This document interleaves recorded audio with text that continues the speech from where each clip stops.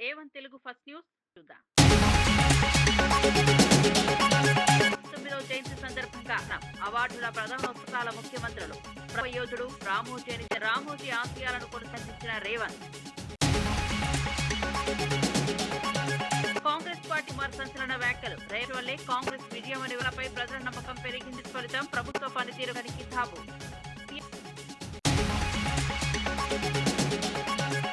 CM Chandrababu మాటలను వక్రీవాద్. Visakha ఉక్కుపై TDP రాష్ట్ర అధ్యక్షుడు పల్లా అన్నది ఎన్డీఏ ప్రభుత్వమేనని తప్పుదో పట్టిస్తున్నారని. వడ్ల కొనుగోలుపై హరీష్ ఆవేదన. ప్రభుత్వం 6 లక్షలు మాత్రమే ఎంఎస్పీ బోనస్ పంచోబలోకి వెళ్లిందన్న మాల్చనే వేగవంతం చేయాలని. ఇక వార్త వివరాల్లోకి వెళ్తే వ్యవస్థాపకులు అక్షరయ్యరావు ప్రజల పక్షాన నిలిచిన యోధుడని ఆంధ్రప్రదేశ్ అన్నారు. హైదరాబాద్ లో రామోజీ ఎక్సలెన్స్ 2025 కార్యక్రమంలో పాల్గొని ప్రసంగించారు. విలువల కోసం చివరి రామోజీరావు సేవలు చంద్రబాబు పేర్కొన్నారు. అలు శాశ్వతంగా నిలిచి అందరికో ఆదర్శమని అన్నారు. మాట్లాడుతూ అక్షరరావు నా ఘన నివాళులు ఎప్పటికీ మర్చిపోలేం. బలహీనంగా ఉన్నప్పుడు ఆ లోటు పత్రిక ద్వారా భర్తీ చేసే వాళ్ళను ఎత్తి చూపుతూ ప్రజలు ఆయన కేవలం ఒక మీడియా సామాజిక బాధ్యత కలిగి ప్రశంసించారు. 2025లో మనం ఒక అపురూపమైన ఘట్టాన్ని చూస్తున్నాము. అటు ఆంధ్రప్రదేశ్ ముఖ్యమంత్రి వర్యులు శ్రీ నారా చంద్రబాబు నాయుడు గారు, అలాగే మన తెలంగాణ గౌరవనీయ ముఖ్యమంత్రి వర్యులు శ్రీ రేవంత్ రెడ్డి గారు ఇరువురు ఇవాళ కార్యక్రమానికి రావటం మాకెంతో ఆనందాన్ని కలిగిస్తోంది. అలాగే మిగిలిన అతిరథ మహారథులందరికీ కూడా మరొకసారి సాదర స్వాగతం పలుకుతున్నాము.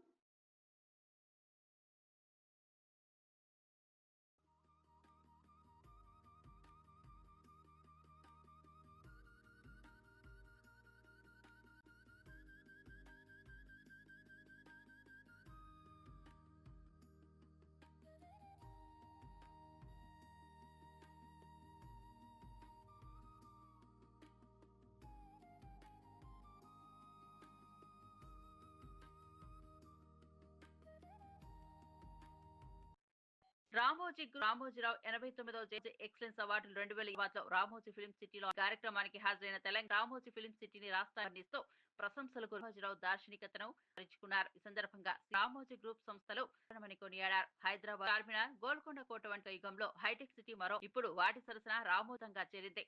ఇది తెలంగాణ అని ఆయన పేర్కొన్నారు. కొనసాగిస్తూ ఈ అవార్డులను ఆయన ప్రత్యేకంగా రామోజీరావు గారి సమయం తీసుకున్నాం. సార్ మిమ్మల్ని కలవాలనుకుంటున్నాం మేము అని. రాండి అన్నాడు.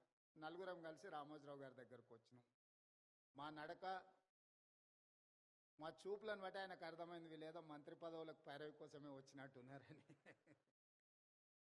భోజనం పెట్టి కూర్చోబెట్టి మేము అడగని కూడా అడగలే, వారే మొదలు పెట్టారు. రాజకీయాలు ఆ విధంగా, ఎన్నికలు, ఫలితాలు ఏ విధంగా వస్తాయి అనేది విశ్లేషణ ఒక రకము.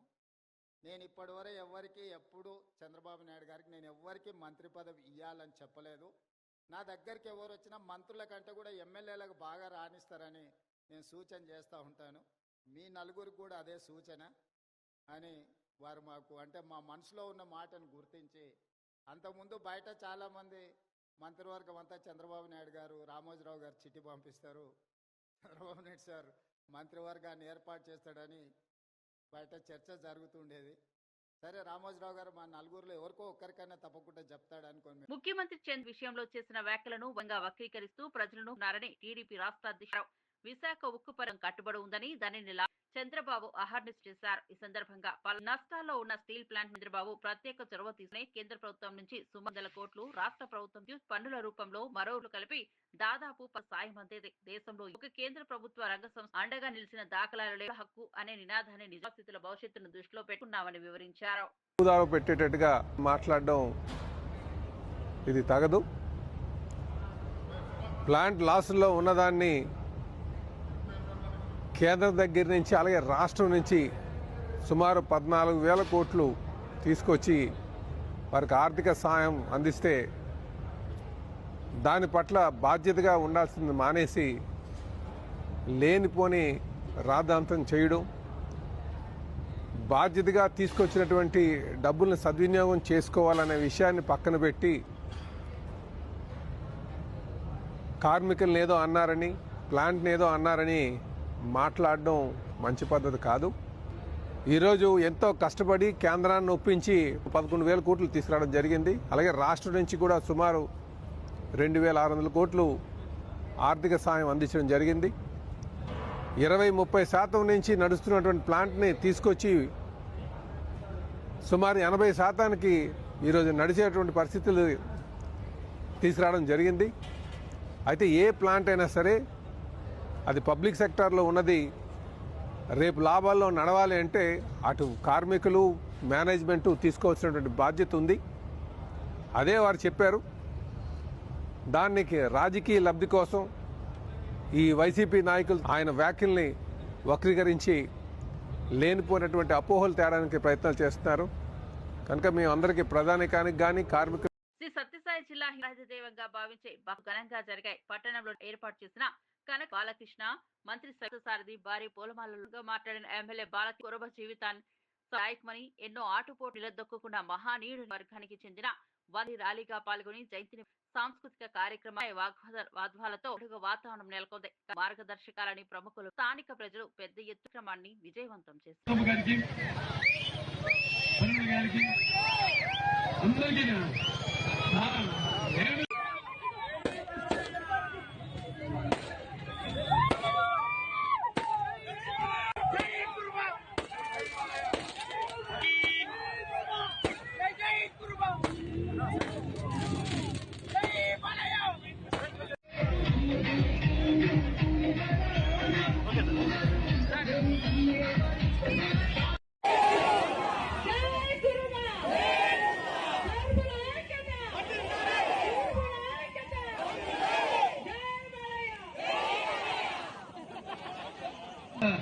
జయంతి శుభాకాంక్షలు తెలియజేసుకుంటున్నాను.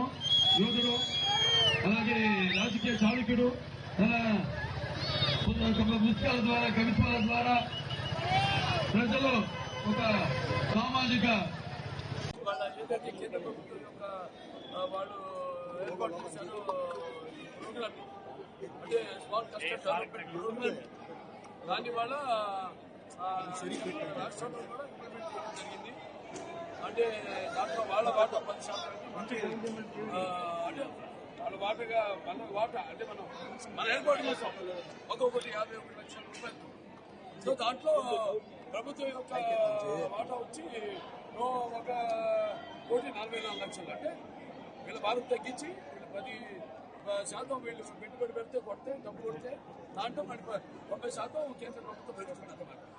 అటువంటి వాళ్ళ లబ్ధిదారులు 292 లబ్ధిదారులు వాళ్ళకి ఇప్పుడు ఇవాళ 121 మందికి ఈ ఫేజ్లో మళ్ళీ తరగతిన రెండో ఫేజ్లో కూడా వాళ్ళకి మిగతా మందికి కూడా వాళ్ళకి ఇక వర్తిస్తుందని తెలియజేసుకుంటూ, అలాగే ముఖ్యంగా తెలుగుదేశం పార్టీ ఇప్పుడు మన ప్రభుత్వం వాళ్ళకి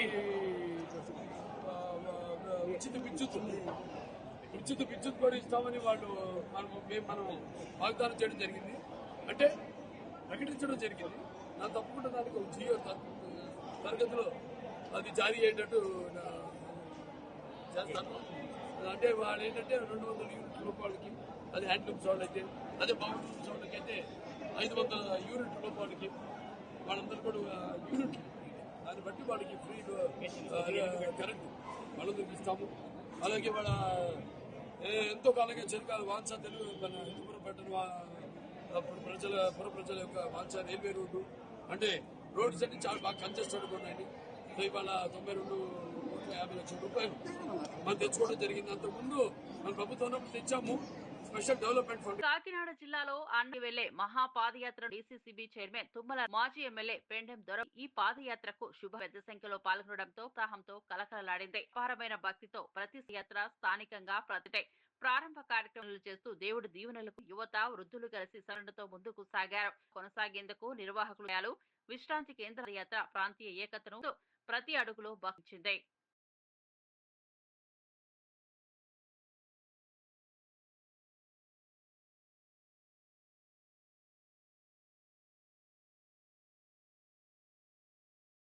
విశాఖపట్నం బోగయాన్ని కలిపే 7 వాహనాన్ని వేగవంతం చేయాలని సూచించింది. ఈ రోడ్లు రవాలని మంత్రి నారాయణ అభివృద్ధికి ఇది కీలకమని 50 అంతస్తుల ఐకానిక్ కొత్త వలస సమీపంలో ఇన్వెస్ట్ సిటీ ఏర్పాటుకు ఆకర్షణలను పెంచే ఈ ప్రాజెక్టులో సహాయపడతాయని మంత్రి వ్యాప్తంగా టిట్కో ఇళ్ల జూన్ చివరి నాటికి పూర్తి చేస్తానని ఆయన చెప్పారు. నిర్దేశిత గడువులోగా పూర్తి చేసి అంతకుముందే కాంట్రాక్టర్ చెప్పడం జరిగింది. అధికారులు కూడా ఆ విధంగా ఫాలోఅప్ చేస్తున్నారు. దాని మీద ఇవాళ రివ్యూ జరిగింది. దాదాపు 1 నెల పూర్తయిపోయింది. గత నెల 18వ తేదీ యాక్చువల్గా టెండర్ ఇచ్చాము. దాని మీద ఇవాళ ప్రత్యేకంగా అధికారులతో రివ్యూ పెట్టుకోవడం జరిగింది. అదేవిధంగా 8 ఎంఐజీ ప్రాజెక్టులు ఈరోజు డిఎంఆర్డీ యాక్చువల్గా సిటీలో చేస్తుంది. ఆ ప్రాజెక్టు వాటికి సంబంధించిన ప్రాబ్లమ్స్ ఏమన్నా వాటి మీద ఆ యొక్క ప్రాజెక్ట్ని కంప్లీట్ చేయటం ఫస్ట్ వీలైనంత కొన్ని ప్రాజెక్ట్స్ డిసెంబర్ ఎండింగ్ లోపల వాళ్ళకి కావాల్సిన రోడ్స్ కానీ డ్రైన్స్ కానీ డ్రింకింగ్ వాటర్ కానీ ఎలక్ట్రిసిటీ కంప్లీట్ చేయమని చెప్పాను. కొన్ని అయితే డిసెంబర్ 15కి, కొన్ని డిసెంబర్ ఎండింగ్కి, కొన్ని వచ్చి జనవరి, కొన్ని ఫిబ్రవరి, ఒక ప్రాజెక్టు ఏప్రిల్కి పూర్తి చేస్తా అన్నారు. ఎందుకంటే ఏదైనా ఎంఐజీ ప్రాజెక్టు మనం లేఅవుట్స్ వేసినప్పుడు లాటరీ కానీ లేదా ఆక్షన్ వేసినప్పుడు అమరావతిలో మీడియా తరాము విశాఖలో జరుగుతున్న అభివృద్ధికి గేమ్ చేంజర్ గా నిలుస్తున్న వికేంద్రీకరణ లక్ష్యంగా ఉన్న చర్యలు రాష్ట్రం పేర్కొన్నారు. విశాఖతో పాటు విజయనగరం వంటి ప్రాంతాల్లో పరిశ్రమల స్థాపన వల్ల పెరుగుతాయని చెప్పారు. సదస్సులు జాతీయ పెట్టుబడిదారులు ఆసక్తి రాష్ట్రానికి శుభారో. వైజాగ్ సమ్మిట్ ద్వారా మనకి క్లారిటీ వచ్చింది.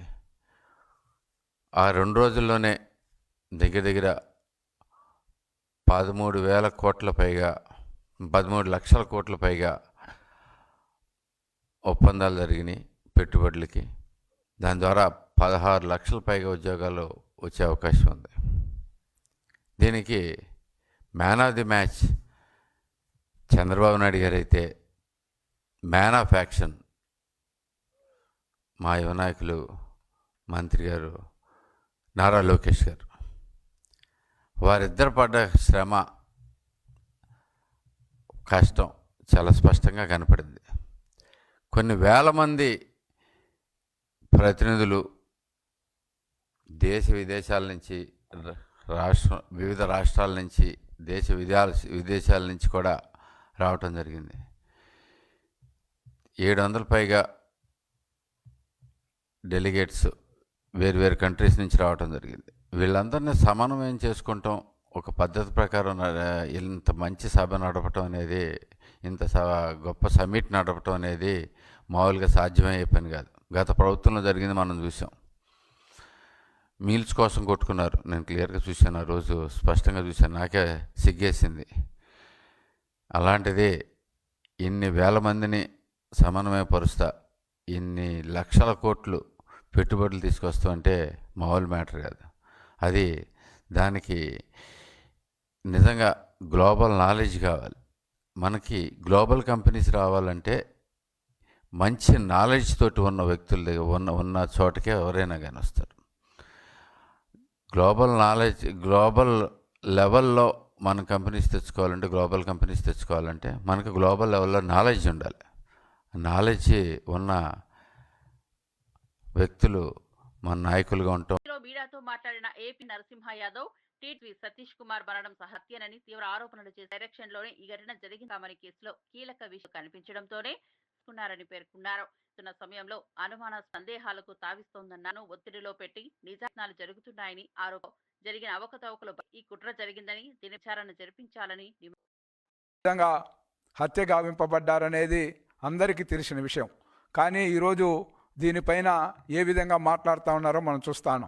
మొదటి నుంచి కూడా శ్రీవారికి సంబంధించి చూస్తే ఏదైతే నెయ్యికి సంబంధించి కల్తీ నెయ్యి కాని నెయ్యిని ఏ విధంగా కోట్ల రూపాయలకి గత 5 సంవత్సరాలు జగన్మోహన్ రెడ్డి పరిపాలనలో శ్రీవారి యొక్క మహాప్రసాదంగా భావించే పవిత్రమైన లడ్డులు ఏ విధంగా నెయ్యి కల్తీ చేసి ఏ విధంగా చేశారో దానిపైన కూడా ఇంకొక పక్క విచారణ జరుగుతుంది. ఇంకో పక్క ఏదైతే కోర్టు ఆదేశాలతో ఏదైతే దీని పరకామణికి సంబంధించిన విచారణ పూర్తి స్థాయిలో గతంలో జరగలేదు.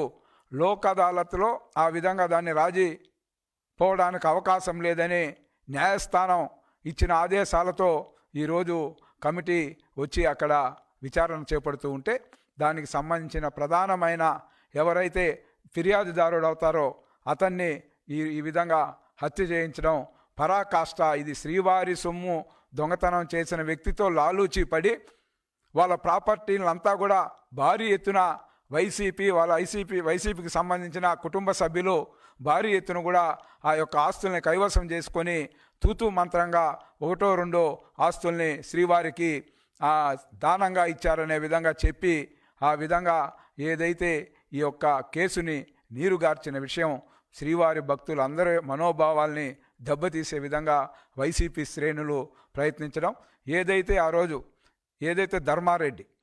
ధర్మారెడ్డి కావచ్చు, లేకపోతే కరుణాకర్ రెడ్డి కావచ్చు, లేదా చైర్మన్గా వ్యవహరించిన సుబ్బారెడ్డి కానీ కరుణాకర్ రెడ్డి కానీ జగన్మోహన్ రెడ్డికి బంధువులు అవునా కాదా చెప్పమంటాను. ఈరోజు మీ బంధువుల్ని సాక్షాత్తు శ్రీవారి దగ్గర ఆడ యొక్క పదవుల్లో నియమింపజేసుకొని అక్కడి నుంచి భారీ ఎత్తున శ్రీవారి పేరుతో దోపిడీ చేసిన సాహసం చేశారంటే మిమ్మల్ని ఏమనాలని ఈరోజు ప్రశ్నిస్తాను. తలపై స్పందించిన కుమార్, ఈ విజయం ఒక్కరిది. రేవంత్ రెడ్డి పటిష్ట సంక్షేమ అభివృద్ధి ఫలితమే.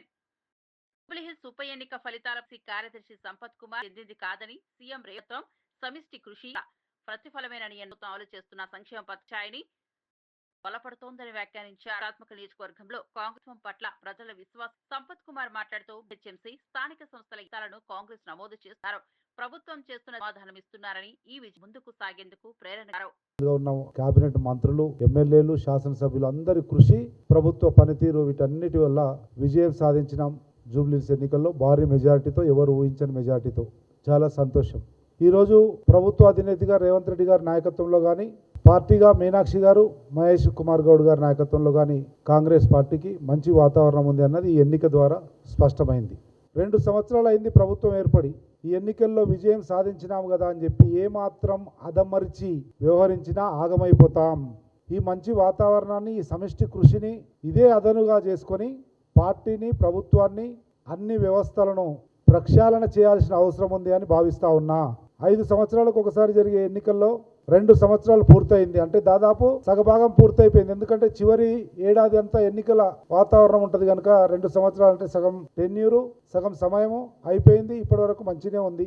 మొన్నటి ఎన్నికనే ఉదాహరణ. కనుక ప్రస్తుత పరిస్థితులలో నేను రిక్వెస్ట్ చేస్తా ఉన్నా, కింది స్థాయి నుంచి కాంగ్రెస్ పార్టీ నుంచిలో ఎన్ఎస్ఏ కార్యకర్త నుంచి ఎదిగి ఏఐసిసి కార్యదర్శి వరకు శాసనసభ్యుడిగా పనిచేసిన అనుభవంతో గౌరవ ముఖ్యమంత్రి రేవంత్ రెడ్డి గారిని, అదేవిధంగా పార్టీ పరంగా ఇన్ఛార్జ్ అయినటువంటి మీనాక్షి నటరాజన్ గారిని, ఇద్దరిని విజ్ఞప్తి చేస్తా ఉన్నా, పార్టీని, ప్రభుత్వాన్ని రెండింటినీ సమన్వయపరచడంలో ఉండే అనేక వ్యవస్థలను ప్రక్షాళన చేయవలసినటువంటి అవసరం ఉంది. దయచేసి దాని మీద దృష్టి పెట్టవలసిందిగా విజ్ఞప్తి చేస్తా ఉన్నా. ప్రక్షాళన చేసే సమయంలో పనితీరును బేరీజు వేసుకోవాల్సిన అవసరం ఉంటుంది. పనితీరు బేరీజు వేస్తే ఎవరు ఏ స్థాయిలో ఎంతవరకు సఫలీకృతులమైనరు అనేది తెలిస్తే దాన్ని బట్టి ప్రక్షాళన చేయవలసిందిగా విజ్ఞప్తి చేస్తా ఉన్నా. Revamp and reconstruction the whole system, whether it is party. తరచూ హోదాను మర్చి మాట విషయం కాదని ఆయన వ్యాఖ్యాన్ని భువనగిరి ఎంపీ చామలక్షించారు. జూబ్లీహిల్స్ లో బండి సంజయ్ చేసిన వ్యాఖ్య అనుకూలంగా లేవని, ప్రధానిగా ఉన్నాయని పేర్కొన్నారు. సందర్భంలో బీజేపీ నేతలు ప్రకటించే ప్రయత్నం చేస్తారని, ఓటమి ఎదుర్కొన్న తర్వాత బీజేపీ బాధ్యత ఉందని చామల విమర్శించి నాయకులు ప్రజాస్పద వ్యాఖ్యలతో ప్రచారిస్తున్నారని మండిపడ్డారు. వాళ్ళు వచ్చినటువంటి రిజల్ట్లను బట్టి మీరు హిందువులందరికీ పిలుపునిస్తూ ఏ పార్టీలో ఉన్నా కానీ వచ్చి బీజేపీలో జాయిన్ కావాల్సినటువంటి పరిస్థితి ఉందని చెప్పడం జరిగింది. మీరు ఒకటి ఆలోచించండి బండి సంజయ్ గారు, మీ తోటి పార్లమెంట్ సభ్యులు, కేంద్ర మంత్రివర్యులు కిషన్ రెడ్డి గారి సికింద్రాబాద్ నియోజకవర్గంలోని జూబ్లీహిల్స్ కూడా ఒక పార్ట్, అంటే ఒక అసెంబ్లీ, ఆ పార్లమెంట్లో గత ఎన్నికలలో వచ్చిన ఓట్లు ఇప్పుడు ఎందుకు రాలేదు? లేదా మీరేమైనా అంతర్గతంగా బీఆర్ఎస్కి మద్దతు ఇచ్చిరా అనేది మొదటి అంశం మీరు ప్రజలకు తెలియజేయాలి. తెలియకపోతే మీరు ఇంటర్నల్ గా పార్టీల కోసం చర్చ చేసుకోవాలి. ఈ రోజు ప్రజల మధ్యన కులమతాల పేరుతో చిచ్చు పెట్టాల్సినటువంటి పరిస్థితి మీరు తీసుకురావడం మంచిది కాదని మీకు తెలియజేస్తున్నాను. ఎందుకంటే ఈ రాష్ట్రంలో ప్రజలు ఎవరికి ఓటేస్తే మాకు భవిష్యత్ బాగుంటుందన్న ఆలోచనతోటి ఓట్లేయడం జరుగుతుంది. ఈరోజు నవీన్ యాదవ్ జూబ్లీహిల్స్ లో గెలిచిందంటే కేవలం ఒక మతమో కులానికి సంబంధించిన ఓట్లతోటి గెలవలే. రేవంత్ రెడ్డి గారి ప్రజా పాలనలో భాగంగా నవీన్ యాదవ్ అనే ఒక బీసీ బిడ్డకు టికెట్ ఇస్తే భవిష్యత్తులో మంచి చేస్తాడన్న ఉద్దేశంతో ఈ రోజు ఒక 25,000 ఓట్ల మెజార్టీతో గెలిపించడం జరిగింది. నేను ఒకటే కోరుకుంటున్నా, మీరు అయినా నేనైనా మిగతా ఎంపీలమైనా కిషన్ రెడ్డి గారైనా, మనం అందరం కూడా తెలంగాణ ప్రజలు ఓట్లేస్తే గెలిచాం. మీరు అధికారంలో ఉన్నారు కాబట్టి మీరు మంత్రి పదవులు వచ్చినాయి. చాలా మంచిది మన రాష్ట్రానికి మంత్రి పదవులు రావడం. ఎందుకంటే మనకు ఈరోజు తెలంగాణకు రావాల్సిన నిధులు తెచ్చుకోవాల్సిన అవసరం ఉంది. మా ముఖ్యమంత్రి గారు పదే పదే మీ తోటి మంత్రులను ఢిల్లీలో కలిసి ఈ రాష్ట్రానికి రావాల్సిన నిధుల గురించి మాట్లాడుతున్నట్టు మీరు చూస్తారు. దాంతోపాటు మీరు కూడా ప్రెజర్ పెట్టి, అంటే రాజకీయాలకి సిద్దిపేట జిల్లా మల్లారం గ్రామంలోని వడ్ల మాజీ మంత్రి ఎమ్మెల్యే ప్రత్యక్షంగా తెలుసుకుని రాష్ట్ర వ్యాప్తంగా వడ్ల కొనుగోలు నిర్లక్ష్యం, ఘోర పరిస్థితులు, కొన్న వడ్ల పరిమాణం 85 లక్షల మెట్రిక్ టన్నులు, 5-6 లక్షల టన్నులకి ఇప్పటికే కొన్న వడ్ల సుమారు 1200 కోట్ల బోనస్ ఇంకా తీవ్ర ఆర్థిక సంక్షోభంలోకి సారు. మాటల్లో ఏమని చెప్పి ఇప్పటి వరకు ఆయన ధ్వజమెత్తారు. ఇప్పటి వరకు కొన్నది కేవలం 5-6 లక్షల మెట్రిక్ టన్నులకు మించి ప్రభుత్వం కొనలేదు. కొంటామని చెప్పిందేమో 85 లక్షల మెట్రిక్ టన్నుల వడ్లు కొంటామని చెప్పి అంతా 5-6 లక్షలకు మాత్రమే ఈరోజు రాష్ట్ర ప్రభుత్వం పరిమితమైంది. ఈ కొన్నదానికి కూడా ఇంకా రాష్ట్ర వ్యాప్తంగా దాదాపు 1400 కోట్ల రూపాయల బిల్లులు వడ్ల పేమెంట్ పెండింగ్లో ఉంది. అంటే రాష్ట్ర ప్రభుత్వం ఏ రోజుకు ఆ రోజు వడ్లకు పేమెంట్ చేస్తామని చెప్పారు, కానీ ఇప్పటి వరకు 1200 కోట్ల రూపాయలు ఎంఎస్పీ బిల్లు పెండింగ్ ఉంది. దాదాపు 200 కోట్ల రూపాయలు బోనస్ డబ్బులు పెండింగ్లో ఉన్నాయి. అంటే మాటల్లో మాత్రం 24 గంటల్లో డబ్బులు ఇస్తామని చెప్తున్నారు, కానీ చేతలకు వస్తే రోజుల తరబడి ఇవాళ బోనస్ డబ్బుల కోసం ఎదురు చూడాల్సిన పరిస్థితి ఉంది. పోయిన యాసంగి బోనస్ పైసలు ఇప్పటిదాకా 1 రూపాయి కూడా ఇయ్యలే. పోయిన యాసంగికి సంబంధించిన 1200 కోట్ల రూపాయల బోనస్ డబ్బులు రాష్ట్ర వ్యాప్తంగా పెండింగ్లో ఉన్నాయి. నేను రాష్ట్ర ప్రభుత్వాన్ని, ఉత్తమ్ కుమార్ రెడ్డి గారిని డిమాండ్ చేస్తా ఉన్నా, పోయిన యాసంగి బోనస్ డబ్బులు వెంటనే విడుదల చేయండి. వడ్ల కొనుగోలు ప్రక్రియ వేగవంతం చేయండి. రాష్ట్ర వ్యాప్తంగా చలి చాలా ఎక్కువగా ఉంది. పాపం రైతులంతా కూడా రాత్రిపూట వడ్ల కుప్పల దగ్గరనే కావలి గాయాల్సి వస్తూ ఉంది. పందికొక్కుల భయానికో, కోతుల భయానికో, ఆ ఎముకలు కొరికే చలిలో ఇవాళ రైతులు వడ్ల కుప్పల మీద రాత్రి పడిగాపులు కాస్తున్నటువంటి పరిస్థితి ఉంది. రాష్ట్ర వ్యాప్తంగా కూడా చాలా చోట్ల ఈరోజు 8 డిగ్రీలు, 7 డిగ్రీలు, 9 డిగ్రీల టెంపరేచర్ వచ్చింది. చాలా చలితో ప్రజలందరూ కూడా ఇబ్బంది పడతా ఉన్నారు. ఈ ప్రక్రియ వేగవంతం చేయండి. ఇంకా కూడా కొన్ని పీపీటీ సెంటర్లు రాష్ట్ర వ్యాప్తంగా ఓపెన్ కూడా చేయలేదు ఇంతవరకు. ఇంకా సెంటర్లు పూర్తిగా ఓపెన్ చేయండి. కొనుగోలు ప్రక్రియ వేగవంతం చేయండి. మిల్లులకు గట్టిగా చెప్పి, మిల్లులు టైప్ అవుతలేవు. మీరు ఏదైతే బ్యాంక్ గ్యారంటీ పెట్టారో రాష్ట్రంలో సగం మిల్లులు ఇంకా బ్యాంక్ గ్యారంటీ ఇవ్వకపోవడం వల్ల, మిల్లులు టైప్ కాకపోవడం వల్ల వడ్ల కొనుగోలు ప్రక్రియ ఆలస్యం అవుతా ఉంది. దయచేసి మిల్లులు టైప్ చేయండి. అన్ని పీపీటీ సెంటర్లు తెరవండి. వడ్ల కొనుగోలు ప్రక్రియ వేగవంతం చేయండి. రైతులకు వెంటనే డబ్బులు చెల్లించండి. పోయిన యాసంగి, ఈ వానాకాలం బోనస్ డబ్బులు వెంటనే విడుదల చేయాలని చెప్పి నేను ప్రభుత్వాన్ని డిమాండ్ చేస్తా ఉన్నా. ఇక మక్క రైతుల పరిస్థితి అయితే చాలా దారుణంగా ఉంది. మక్కలు కొనుగోలు విషయంలో మొదలు 18 క్వింటాళ్ళని నిబంధన పెట్టారు. చాలా నెమ్మదిగా మక్కలు కొంటా ఉన్నారు. ఇప్పటి వరకు ఒక్క రైతుకు కూడా మక్కల డబ్బులు రూపాయి కూడా రాలేదు రాష్ట్రంలో. ఏం చేస్తున్నది ప్రభుత్వం? ముఖ్యమంత్రి గారు ఇవాళ ఈ రాష్ట్రంలో మక్కలు పండించిన రైతులకు కొనుగోలు ప్రక్రియ ఆలస్యం చేశారు. కొన్న మక్కలకు కూడా ఒక్క రైతుకు 1 రూపాయి కూడా ఇప్పటిదాకా చెల్లించలేదు. ఎందుకు ఆలస్యం చేస్తా ఉన్నారు? దాదాపు ఇవాళ 6 లక్షల ఎకరాల్లో రాష్ట్రంలో మక్కలు పండినాయి. మక్కలు కొనడంలో ఇబ్బంది పెడతా ఉన్నారు. ఆ కొన్న మక్కలకు కూడా డబ్బులు ఇవ్వడం లేదు. వెంటనే మక్క పండించిన రైతులకు రాష్ట్ర వ్యాప్తంగా డబ్బులు విడుదల చేయాలని చెప్పి ప్రభుత్వాన్ని డిమాండ్ చేస్తా ఉన్నాం. దాదాపు 20 రోజులైంది మక్కలమ్మి. IAS, IAS Indian education sir విద్యారంగంలో విధానాలు వేగవంతం కాపనిసరి అని నిపుణులు అభిప్రాయ. ఎడ్యుకేషన్ సర్వే తప్పనిసరిగా సమావేశంలో ఆమోదం పొందేందుకు ఉపాధ్యాయుల శిక్షణ, విద్యార్థుల ప్రగతివే కీలకమని, కవిత వ్యవస్థను బలోపేతం చేసేందుకు టీచర్స్ ఫెడరేషన్ అన్ని స్థాయిలో హామీ ఇచ్చారు. బాధపడ్డది. అది కేజీ నుండి పీజీ విద్య వరకైనా సరే, పీజీ చేసిన వాళ్ళైనా ప్రభుత్వ ఉద్యోగానికైనా ప్రైవేట్ ఉద్యోగానికన్నా పోవాలంటే పోగలుగుతున్నారా లేదా అనేటటువంటి అంశాల మీద మనం నిరంతరం చర్చిస్తూ వచ్చినాం, నిరంతరం మదన పడుతూ వచ్చినాం. సరే, ఆంధ్రాలో కలిపి ఉన్నప్పుడు మనకు ప్రభుత్వ పాఠశాలలు లేవు, ప్రభుత్వ కళాశాలలు లేవు, ప్రభుత్వ విద్యా సంస్థలు లేవు, మన యూనివర్సిటీల మీద ఫోకస్ లేదు అనేటటువంటి అనేక అంశాలు మాట్లాడుకున్నాం. రాష్ట్రం సాధించిన తర్వాత మనం సాధించిన ప్రోగ్రెస్ ఏంది, ఇంకా సాధించాల్సినటువంటి అంశాలు ఏంటి, వీటి మీద మాత్రం ఒక సీరియస్ డిబేటు, డిస్కషన్ జరగాలనేది నా ఉద్దేశం. ఇది పొలిటికలా అంటే మనం ఏది మాట్లాడినా ఇవాళ రేపు పాలిటిక్సే అవుతుంది. కాకపోతే ఒక 10 ఇయర్స్ బీఆర్ఎస్ పరిపాలన సాగింది. బీఆర్ఎస్ పరిపాలన బాగలేదు, మేము మార్పు తెస్తామని చెప్పి వచ్చినటువంటి కాంగ్రెస్ కూడా ఏదైతే ప్రపోజ్ చేసిండ్రో చేంజెస్ విద్యా వ్యవస్థలో, వాటి మీద కనీసం ఇనిషియేటివ్ కూడా తీసుకున్నట్టుగా కనబడడం లేదు. And I'm very open, it can be debated, it can be discussed. అయితే మరి ఇంకా 2 ఇయర్స్ తర్వాత కూడా ఆ చేంజెస్కి నాంది పలకకపోతే ఇంకెప్పుడు పలుకుతాం? ఒక విద్యా కమిషన్ వచ్చింది, వెరీ గుడ్ స్టెప్. కానీ ఆ విద్యా కమిషన్ ఏం చేస్తున్నది, వారి ప్రయారిటీస్ ఏమి ఉండాలి, వీటి మీద మాత్రం చాలా బలంగా మనందరం ఆలోచన చేసి ప్రపోజ్ చేయాలి.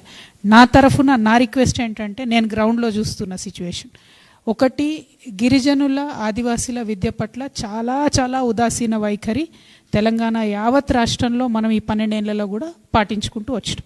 వారికంటూ భాష లేదు, లిపి లేదు, వారి భాషలో చెప్పే ఉద్దేశం మనకు లేదు. వారి దగ్గరికి పోయి విద్యలోకి వారిని తీసుకురావాలనేటటువంటి సిన్సియారిటీ ఏ ప్రభుత్వం కూడా ప్రదర్శించలేదు. రెండవది, మహిళా విద్య పట్ల వివక్ష.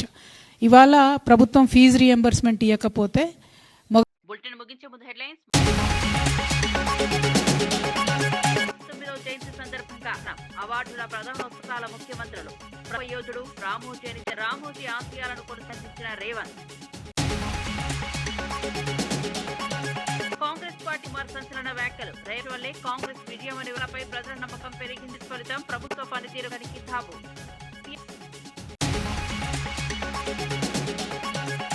సీఎం చంద్రబాబు మాటలను వక్కిల్వార్. విశాఖ ఉక్కుపై టీడీపీ రాష్ట్ర అధ్యక్షుడు పల్లా అన్నది ఎన్డీఏ ప్రభుత్వమేనని తప్పుదో పట్టిస్తున్నారని. వడ్ల కొనుగోలుపై హరీష్ ఆవేదన. ప్రభుత్వం 6 లక్షలు మాత్రమే ఎంఎస్పీ బోనస్ సంక్షోభంలోకి వెళ్లిందన్న మార్చినే వేగవంతం చేయాలని. బులెటిన్ విశేషాలు.